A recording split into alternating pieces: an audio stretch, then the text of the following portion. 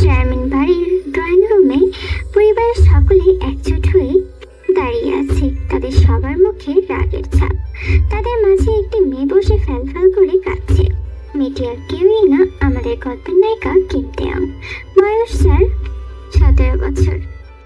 আর ওর কাঁদার কারণ হচ্ছে ও নিজেই এমন এক একটা কাজ করে বসে যার জন্য পরে তাকে কাঁদতে হয়। চেয়ারম্যান বাড়ির আর কোনো ছেলে মেয়েকে না চিনলেও তেকে এলাকার সবাই চেনে তার দুষ্টুমির কারণে। মূলত আজও স্কুল শেষে ওর বান্ধবীদের সাথে কারো গাছের পেয়ারা চুরি করতে যায়। এখানেই হয়ে যায় বিপত্তি। গাছে উঠেই তো ঠাস করে গাছ থেকে পড়ে যায়। ভাগ্যিস তার পা ভাঙেনি, তবে পায়ে অনেকটা ব্যথা পেয়েছে। গাছের মালিক নিজেই তাকে হসপিটালে নিয়ে গিয়ে তার পায়ে ব্যান্ডেজ সহ ওষুধ লাগিয়ে এনেছে এবং সে নিজেই তাকে বাড়িতে পৌঁছে দিয়েছে। যার আগে এটাও বলে গিয়েছে, মামুনি যত খুশি তুমি পেয়ারা খাবে আমার গাছের, তবে না বলে গাছে কেন উঠতে গেলে, আমায় বলতে আমি পেরে দিতাম বলেই লোকটি চলে যায়। তবে তের মা বাবা তো প্রচন্ড রেগে যায় তের ওপর, বিশেষ করে তের মা আয়ু।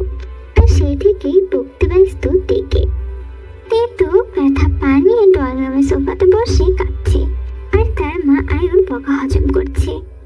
তের বাবা জেহুক ফোন করলে সবটাই শুনেছে, তবে সে বেশিরভাগ সময়ই দেশের বাইরে থাকে, সেখানেই সে জব করে। আর জেহুকের বড় ভাই আরিম, যে কিনা এলাকার চেয়ারম্যান, আরিমের ওয়াইফ জিন এবং জিনের 2 ছেলে মেয়ে। বড় ছেলে জিয়ন জাঙ্গুক, যে কিনা আমাদের গল্পের নায়ক, আর ছোট মেয়ে জিমিন, যার কিনা বিয়ে হয়েছে সুগা নামের ছেলের সাথে। আরিম আর জেহুকের মা লিসা এখনো বেঁচে আছে, তবে তার কারণেই তে মূলত এমন হয়েছে। দুনিয়ার যত লাই সবটাই লিসা থেকে দেয়। একমাত্র আদরের নাতনি বলে কথা, কলিজার টুকরা যেন তার। তবে তেকে তার থেকেও বেশি ভালোবাসে জিয়ন জাঙ্গুক, যে কিনা আরিমের বড় ছেলে। জাঙ্গুকের বয়স 27 বছর, দেখতে প্রচন্ড হ্যান্ডসাম এবং স্বভাবের আগে। ইউনিভার্সিটিতে পড়াশোনার পাশাপাশি বাবা শহরের সবকটা বিজনেস সামলায়। জাঙ্গুক প্রচন্ড বুদ্ধিমান। তবে জাঙ্গুকের কলিজা হচ্ছে তে। সে তেকে তার জান দিয়ে ভালোবাসে। কখনো তের গায়ে ফুলের টোকা পড়তে দেয় না, না কথাও শুনতে দেয়। তের মা আয়ু তো তেকে বকে যাচ্ছে, আর ড্রয়িং রুমে দাঁড়িয়ে বাকিরা দর্শকের মতো সবটা দেখছে। তবে জাঙ্গুক বাড়িতে ছিল না। লিসা এবার না পেরে বলতে থাকে, হইছে বৌমা, অনেক শাসন করছো, তোমায় আর এত শাসন করতে হবে না। আমার নাতনি একটা ভুল করেই ফেলেছে, তাই বলে এত বকাবকির কোনো প্রয়োজন নেই। মা, আপনিও প্লিজ মা, এভাবে আর লাই দিবেন না। মেয়েটা কতটা খারাপ হয়েছে দেখতে পেরেছেন?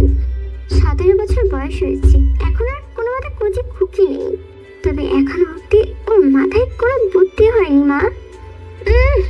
আসছে বড়, আমার নাতনির মাথায় বুদ্ধি হয়েছে কি হয়নি সেটা তুমি আমার থেকে বেশি জানো। আমার নাতনি সব থেকে বুদ্ধিমান। দাদি, ওটা বুদ্ধিমতী হবে, আমাকে মেয়ে সেন্টার কেন বানিয়ে দিলা? হয়েছে হয়েছে, দেখছো, একেই বলে বুদ্ধিমতী। এর মাঝে বাড়ির কলিং বেলটা বেজে ওঠে। ওই জাঙ্গুক দাদু ভাই আসলো বোধহয়, এবার বসে ঠেলা, আরো বকো মেয়েটাকে। এবার আয়ু একটু চুপ হয়ে যায়। তার মেয়ে হওয়া সত্ত্বেও তার মেয়েকে কিছু বলতে গেলে 10 বার ভাবতে হয়। জাঙ্গুক প্রচন্ড রেগে যায় তেকে কিছু বললে, আর জাঙ্গুকের রাগকে পরিবারের সকলেই ভয় পায়। আর এখন তো জাঙ্গুকের ওপরে তার কিছু বলার অধিকারও নেই।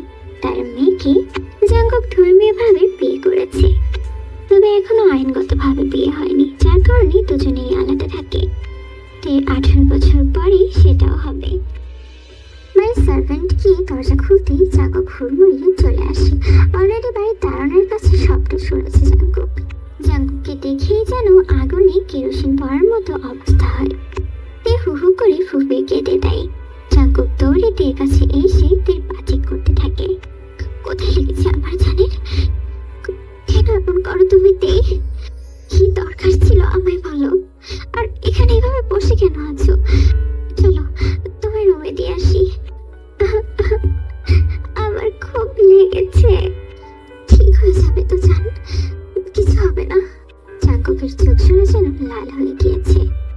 জাঙ্গুক, তুই আর লাই দিস না বাবা, এলাকার সব থেকে ফাজিল মেয়েও, ওর জন্য কোনো মান সম্মান নেই।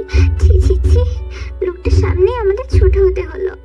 চুপ করো তুমি, আর বকতে হবে না আমার নাতনিকে।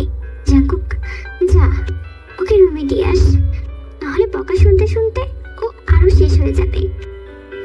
চাচি, কিছু বলতে হবে না, আমি দেখছি বিষয়টা বলি জাঙ্কুক টেকে কোলে তুলে নেয় আর তে রুমে নিয়ে যায়।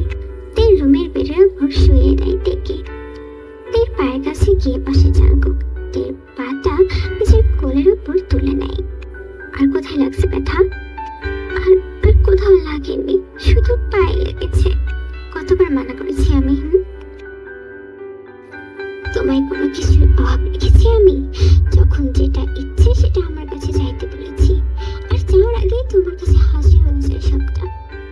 আমি এটাও বলেছি তুমি যেটা চাইবে সেটা তোমার কাছে নিয়ে হাজির করব আমি। তাহলে কেন এমনটা করলে? হ্যাঁ, বলতে পেয়ারা খাবে, এক বস্তা পেয়ারা এনে দিতাম তোমায়। এমনটা করার কি প্রয়োজন ছিল? তে পেয়ারা তো বাড়িতে আছে, কিন্তু আমার তো চুরি করে খেতে ভালো লাগে। তে এমন কথা শুনে জাঙ্কুকের ভীষণ রাগ হয়, তবে রাগটা কন্ট্রোল করে বলতে থাকে, তে তুমি বড় হচ্ছ, কদিন পর অফিসিয়ালি ভাবে জিয়ন জাঙ্কুকের বউ হবে। আমার বউ হবে তুমি। একটু ম্যাচিউর হও, এমনটা আর করবে না জান, ওকে? জাঙ্কুক তের পায়ে আলতো করে একটা চুমু খায়। 2 দিন পর তে সিঁড়ি দিয়ে এক প্রকার লাফাতে লাফাতেই নামছে। তের মা আয়ু তের দিকে আর চোখে তাকিয়ে বলতে থাকে, শুরু হয়ে গিয়েছে আবার ভণ্ডামি। আজকে থেকে দেখি আবার নতুন কি গন্ডগোল শুরু করে। উফ আয়ু, বলিস না তো এমনটা মেয়েকে নিয়ে। তোর একটা মাত্র মেয়ে, এমন কেন করিস? বিয়ে হয়ে তো আর পরের ঘরে যাচ্ছে না, থাকছে এই ঘরে, তাই তো এমন মায়াবিহীন কথা বলিস। সাথে কি আর বলি? এদিকে জাঙ্কুক তো ড্রয়িং রুমে বসেছিল, থেকে ভাবে আসতে দেখে বলতে থাকে, পায়ের ব্যথা কমেছে? যেভাবে আসছো কমছে বলেই তো আসছি। আর আমি যাচ্ছি কোচিংয়ে। যাচ্ছ মানে? চলো আমি দিয়ে আসছি তোমায়, ফ্রি আছি আমি। না, আমি একা যেতে পারবো। জাঙ্কুক চোখ রাঙায় তের দিকে তাকিয়ে, তাতে তে চুপ হয়ে যায়। জাঙ্কুক কার ড্রাইভ করে তেকে তার কোচিং এর সামনে দিয়ে আসে। তার কোচিং এর সামনে তের 2 বান্ধবী তের জন্য ওয়েট করছিল। ওদের দেখেই তো তে এক দৌড়ে চলে যায়। হায় রে তে, তোর হ্যান্ডসাম বর দিয়ে গেল নাকি তোকে? নজর দিস না ভাই, হ্যান্ডসাম হয়েছে বলে কি নজর দিতে হবে নাকি? নজর দেখ, কত মেয়েরাই দিয়েছে। আমাদের কপালে যদি এমন হ্যান্ডসাম বর থাকতো তাহলে বিয়ে করার পরেও এমন দূরে দূরে থাকতাম না। বুঝবি, যেদিন অন্য মেয়ে নিয়ে পালিয়ে যাবে সেদিনই বুঝবি। জিসো দেখ, এসব কথাবার্তা ভাল লাগে না, চল গিয়ে ক্লাস করি। তে কোচিং শেষে তো তের জন্য কার আসার কথা, তবে কোচিং শেষ হওয়ার পরে বৃষ্টি হতে দেখে তে প্ল্যানিং করে সে তার বান্ধবীদের সাথে ভিজে ভিজে বাড়িতে যাবে। তাই সেখান থেকে এক প্রকার পালিয়েই চলে আসে। এদিকে ড্রাইভার তো তের জন্য ওয়েট করছে। তে আর তার 2 বান্ধবী তো বৃষ্টি বিলাসে ব্যস্ত। এদিকে বেশ কিছুক্ষণ কেটে যাওয়ার পরে তো ড্রাইভার তেকে না পেয়ে জাঙ্কুককে কল রাখায় আর সবটা বলে। জাঙ্কুক তখনই যা বোঝায় বুঝে যায় বাইরে বৃষ্টি হচ্ছে আর তে নিশ্চয়ই ভিজছে। তখনই জাঙ্কুক তার কার নিয়ে অফিস থেকে বের হয়ে পড়ে। এই মেয়েটার জন্য তার কোনো কাজ করেই শান্তি নেই। আজকে শুধু পাই তোমায়, তারপর উচিত শিক্ষা দেব। এদিকে তেরা তো তাদের বাড়ির খুব কাছেই লেকের পাড়ে বড় একটা মাঠের মাঝখানে দাঁড়িয়ে ভিজছিল। 3 জনে গান গাইছে আর এক প্রকার কোমর দুলিয়ে নাচছে। অটনি মা তোমার টনি কথা শুনে না, হায় হায় যার তার লাগে দিদি মারে আমায় চেনে না। ও টনি মা তুমি টনিরে বোঝাও না, দিনে রাতে মিস কল মারে ফোন করে না। টুনি স্কুলে যাইবো, টুনি বারান্দায় আইবো, টুনি রে দেখায় আমার পরাণ জোড়াইবো। হঠাৎ তের মুখে ঠাস করে এক থাপ্পড় বসিয়ে দেয় কেউ। তো সেদিকে তাকিয়ে দেখি জিয়ন জাঙ্কুক রক্ত চক্ষু নিয়ে তার দিকে তাকিয়ে আছে। তে তো এবার ভয়ে কাঁপাকাঁপি করতে শুরু করে। জাঙ্কুক এমনিতেই তের ওপর বেশি রাগে না, তবে যখন রাগে তখন তের অবস্থা টাইট করে ছাড়ে। জাঙ্কুক একবার তের মাথা থেকে পা অব্দি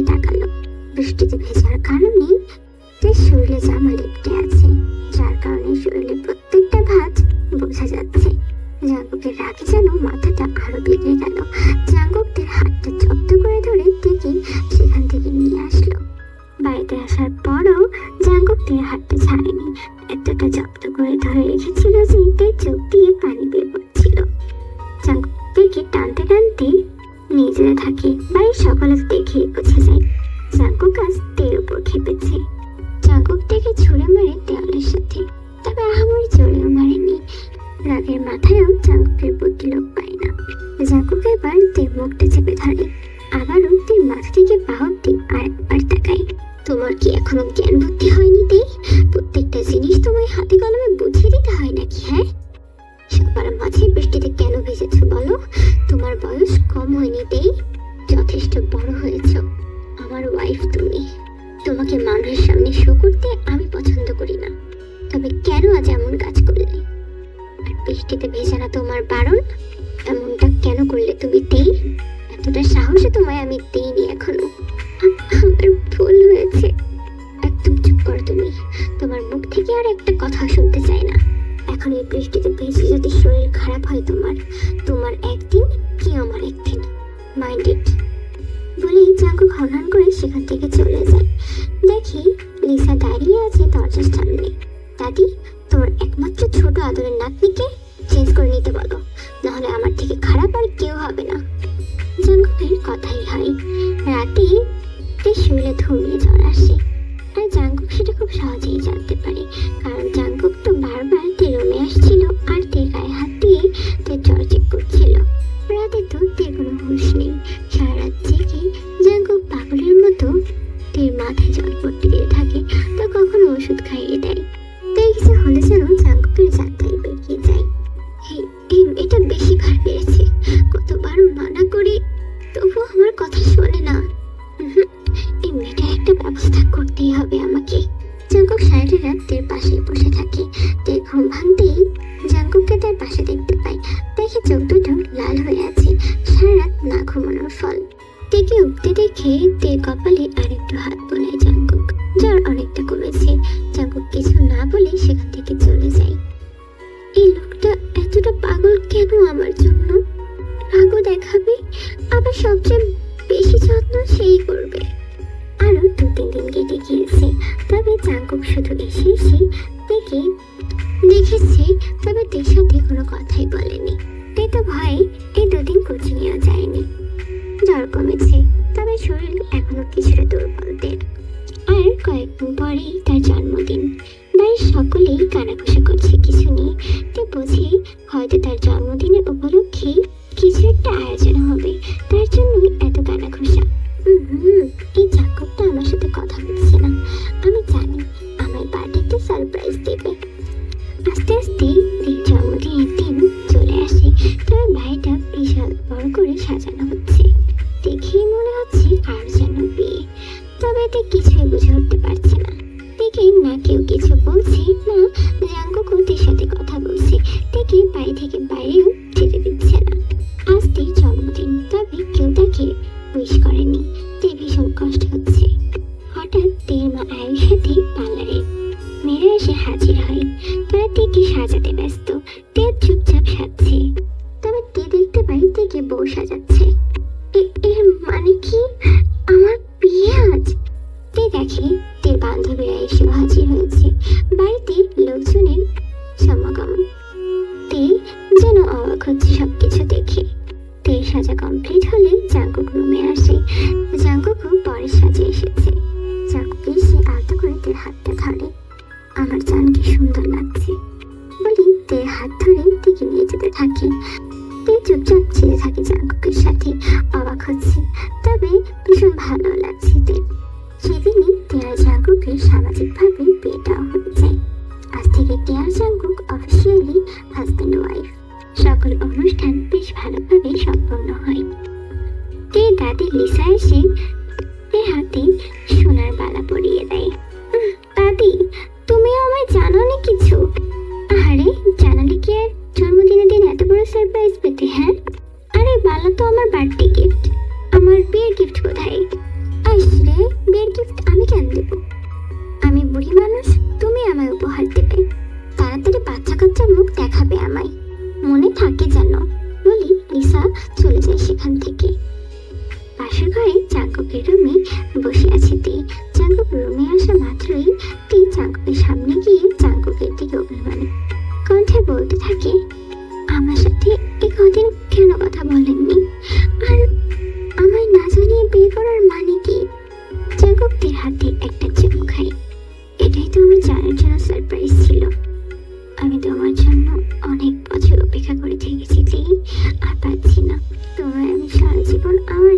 আবদ্ধ করে রাখতে চাইতেই, আর তার সাথে সাথে তুমি যেন আর দুষ্টুমি না করতে পারো সেই ব্যবস্থাও করবো আমি। এখন তুমি আমার বউ, আমি যেটা বলবো সেটা করবে, যেখানে যেতে বলবো সেখানে যাবে, একদম শান্ত পরি হয়ে থাকবে। আপনি খুব খারাপ বলেই তে সরে যেতে নিলেই তে কোমর ধরেই জাঙ্কুক একদম কাছে নিয়ে আসে, চুমু এঁকে দেয় তের ঠোঁটে। তারপর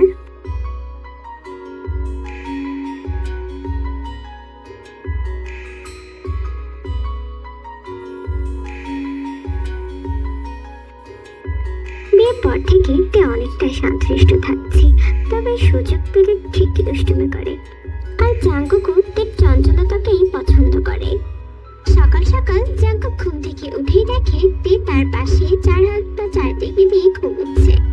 জাঙ্কুক তের দিকে তাকিয়ে একবার একটা হাসি দিয়ে ওয়াশরুমে চলে যায়। ওয়াশরুম থেকে এসে তেকে ডাকতে থাকে। ঘুমের ব্যাঘাত হওয়াতেই তে ঘুমের মাঝে রাগে গজগজ করে বলতে থাকে, উফ, ব্যাঙের বাচ্চা, হাতির বাচ্চা, সাপের বাচ্চা, চুপ থাক একদম, আমায় ঘুমাতে দে, সারা চামচিক্কার বংশধর। সেটাতে জাঙ্কুকের এক চিৎকার তো তে হুড়মুড়িয়ে ঘুম থেকে উঠেছে। ভয়ে ভয়ে জাঙ্কুকের দিকে তাকায়। কি বললে তুমি? আমি তোমার হাজবেন্ড নই, সম্মান করে কথা বলবা আর ঘুম থেকে উঠ বলেই জাঙ্কুক হয়রান করে রুম থেকে বের হয়ে যায়। কেউ কিছুক্ষণ পর ফ্রেশ হয়ে চলে আসে, দেখে জাঙ্কুক খাবার খাচ্ছে। লিসা একটু তেকে খুঁজে নিয়ে বলে, কি হয়েছে রে, সকাল সকাল আমার নাতিটা এভাবে মুখ গোমরা করে বের হয়েছে কেন? সেটা তোমার নাতিকেই জিগাও, আসছে বুড়ি। ও মামা, এই মেয়ে আমার বুড়ি কয়? এই জানোস, তোর বয়সে আমি তোর থেকে বেশি সুন্দরী ছিলাম। একবার তার দাঁড়ের দিকে তাকিয়ে মুখ নিচে দেয়। জাঙ্কুক খাওয়ার সময় তার বাবার সাথে ডিসকাস করতে থাকে তাদের কোম্পানির সাথে এক নতুন কোম্পানি ডিল করবে, যার মালিক একজন মেয়ে, তার নাম রোজ। রোজের নাম শুনেই তো তীর প্রচন্ড রাগ হচ্ছিল। জাঙ্কুকটা বারবার রোজ রোজ কেন করছে? না, এই রোজটাকে তো আমার দেখতেই হবে। জাঙ্কুক অফিসে যাওয়ার পর তেও রেডি হয়ে বেরিয়ে পড়ে। বেশ কিছুক্ষণ পর তে গিয়ে দেখে জাঙ্কুক মেকিং করছে। রোজের সাথে খুব হাসি মুখে কথা বলছে জাঙ্কুক। রোজ খুব সুন্দর ওয়েস্টার্ন ড্রেস পরে আছে, বয়সেও জাঙ্কুকের সমান। এর সাথে তো ভালো হাসি মুখে কথা বলছে, আর আমার সাথে সবসময় রাগ দেখায়। তার মনটা ভীষণ খারাপ হয়ে যায়। চুপচাপ দাঁড়িয়ে এসে বসে থাকে। কি হয়েছে রে, আমার নাতনি তার এমন মন খারাপ কেন? না দি, আমার কিচ্ছু ভালো লাগছে না। কেন, কি হয়েছে? আচ্ছা, তোমার নাচ যদি কখনো অন্য কোনো মেয়েকে পছন্দ করে তখন আমার কি হবে? এটা সম্ভাবনা নেই। আমার নাচে তোকে ভীষণ ভালোবাসি, ওর জান তুই। তোকে ছাড়া অন্য কোনো মেয়ের দিকে তাকানো এটা অসম্ভব। কিন্তু তাও, আচ্ছা দাদি, এমন কোনো উপায় আছে যার মাধ্যমে সারা জীবনে সে আমারই থেকে যাবে? আছে তো, ছোট একটা জাঙ্কুক অথবা তে আসলেই হবে। ছোট জাঙ্কুক তে মানে কি? দাদি কি বলছো উল্টা পাল্টা? আমার নাতনি নাকি অন্য কিছু? ছোট জাঙ্কুক আর ছোট তে মানে একটা বাচ্চা নিয়ে নাও, বুঝেছো? তোমার বয়সে আমি 2 বাচ্চার মা ছিলাম। ঠিক বলছো দাদি তুমি, এটাই করতে হবে। এরপর তে রুমে এসে অনেক ভাবে, আর ভাবে সে একটু ম্যাচিউর হবে। তার ভাবনা মতেই সুন্দর একটা শাড়ি পরে তে দেখে দেখতে পরে বউ বউ লাগছে। রাতে জাঙ্কুক বাড়িতে ফিরে দেখে দেখেই অবাক হয়ে যায়। অবলোক দৃষ্টিতে তাকিয়ে থাকে তের দিকে। রুমে আসতেই দেখে টেনে তার কাছে নিয়ে এসে তার চোখে চোখ রেখে বলতে থাকে, কি হয়েছে আজকে আমার মিসেসের? এত সুন্দর করে সেজেছে। এখন থেকে এইভাবে সেজে থাকবো। আর আমার কিছু কথা ছিল আপনার সাথে। বলো। বলুন, আমি যা চাইবো আপনি তাই দিবেন? চেষ্টা করবো। এবার বলো কি চাই তোমার? আমার একটা বাচ্চা চাই। হোয়াট? বাচ্চা চাই আমার, আর এটাই ফাইনাল। তুমি তো বাচ্চা, মাথা খারাপ তোমার? আমার মাথা খারাপ, আর আমার লাগবে মানে লাগবেই। একটা থাপ্পড় মারবে মুখে। আমার কোনো বাচ্চা কাচ্চা চাই না তাই। আমার সাথে তুমি হলেই হবে। আমি চাই না তুমি কোনো কষ্ট করো। বাচ্চা জন্ম দেওয়া কতটা কষ্টকর তুমি হয়তো জানো না। আর আমি আমার জানকে কোনো মতেই জিনিসের কষ্ট পেতে দিতে পারি না। কি আশ্চর্য, একদিন না একদিন তো বাচ্চা হওয়াই লাগবে।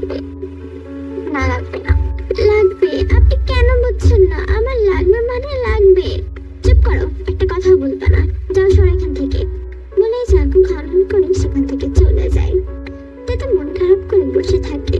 এভাবে আরো 2-3 দিন পার হয়ে যায়। তবে তে রাগ করে জাঙ্কুকের সাথে কথা বলছে না। জাঙ্কুক এবার না পেরে তেকে প্রচন্ড বকাঝকা করে, তাতেও কাজ হয় না কোনো। একদিন সন্ধ্যাবেলা, কি হয়েছে তে? আচ্ছা, তুমি এমন কেন করছো বলো তো? সবটা তোমার দাদি শিখিয়েছে নিশ্চয়ই। যেই শেখাক না কেন, আমার বাচ্চা চাই মানে চাই। আপনি কেন মানা করছেন আমায়? বাচ্চা চাই তোমার, তাই না? ঠিক আছে বলেই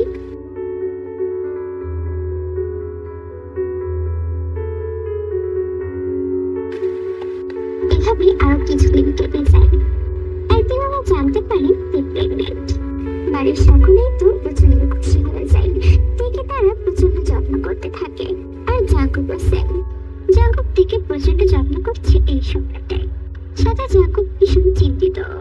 সে বাচ্চা পছন্দ করা সত্ত্বেও ভয়ে বাচ্চা চায়নি, কারণ সে চায় না তার জান কোনো রকম কষ্ট পাক। এভাবে দিন কাটতে থাকে। তো যত দিন যাচ্ছে তত অসুস্থ হয়ে পড়ছে। আর জাঙ্কুক বিষয়টা খুব চিন্তিত হয়ে পড়ছে। বাড়ির সকলে তো আরো যত্ন করছে তেকে। আর তে সকল আবদার শুনে জাঙ্কুকের কাছে রাত বেরাতে। ক্ষুধা লাগলে জাঙ্কুককে খাবার আনতে পাঠানো, আইসক্রিম আনতে পাঠানো, এভাবে দিন কাটছিল ওদের। এই মুহূর্তে হসপিটালে ডেকে নিয়ে আসা হয়েছে। হঠাৎ ডেলিভারি পেন উঠেছে। তে এক প্রকার চিৎকার করে কাঁদছে। তে তাদের লিসাদের মা বাবা, জাঙ্কুকের মা বাবা সবাই এসেছে হসপিটালে। জিমিনও এসেছে খবর পেয়ে। এদিকে জাঙ্কুক তের হাত শক্ত করে ধরে রেখেছে। তেকে নিয়ে যাওয়া হবে এখনই। ডক্টররা চেক আপ করছে তেকে। জাঙ্কুক তো কোনো কথা বলতে পারছে না, চোখ দিয়ে অনবরত পানি ঝরছে, হাত পা কাঁপছে ওর। জাঙ্কুক শান্ত হ। আমি বলছিলাম ওকে বাচ্চার কোনো দরকার নেই, আমার আমার লাগবে না বাচ্চা। তাহলে কেন এমন করলো? কতটা কষ্ট পাচ্ছে আমার জান। আমি তো চাইনি এমনটা। দেখ, তোমার যদি কিছু হয় না, দেখবে আমি কি করি। এদিকে একটু নাজেহাল অবস্থা। এক প্রকার চিৎকার করে কাঁদছে তে। জাঙ্কুক আর সহ্য করতে পারছে না। নাসরা এসে তেকে নিয়ে যায়। এর সাথে জাঙ্কুকও যায়। ওটার সময় জাঙ্কুককে হাত শক্ত করে ধরে রাখে। তে তো চিৎকার করছে, কষ্ট ছটফট করছে। জাঙ্কুক নিজের বুকে পাথর চেপে সবটা সহ্য করছে। সে তার জানকে জীবনে এক বিন্দুও কষ্ট পেতে দেয়নি। আজ তার জান এতটা কষ্ট করছে। অনেকক্ষণের তীব্র কষ্টের পর অবশেষে টেকুকের জন্ম হলো। মানে টেয়া জাঙ্কুকের ছেলে হয়েছে। ওরা আগে থেকেই নাম ঠিক করে রেখেছিল টেকুক। বাবুকে দেখে জাঙ্কুক এক দৃষ্টিতে সেদিকে তাকিয়ে আছে। কতটা ভালো লাগছে। যে বাচ্চাকে চায়নি জাঙ্কুক, তাকে দেখে আজ জাঙ্কুকের হৃদয়ে প্রশান্তি কাজ করছে। এই মুহূর্তে জাঙ্কুক তের পাশে বসে আছে। তাই হাতটা আলতো করে ধরে রেখে তেও টিপ করে তাকাচ্ছে সবার দিকে। সেগুলো খুঁজছে ওর বাবাকে। আমার বাবু কোথায়? জাঙ্কুক বাবুকে নিয়ে তের পাশে সরিয়ে নেয়। তেটা এক দৃষ্টিতে তাকিয়ে আছে।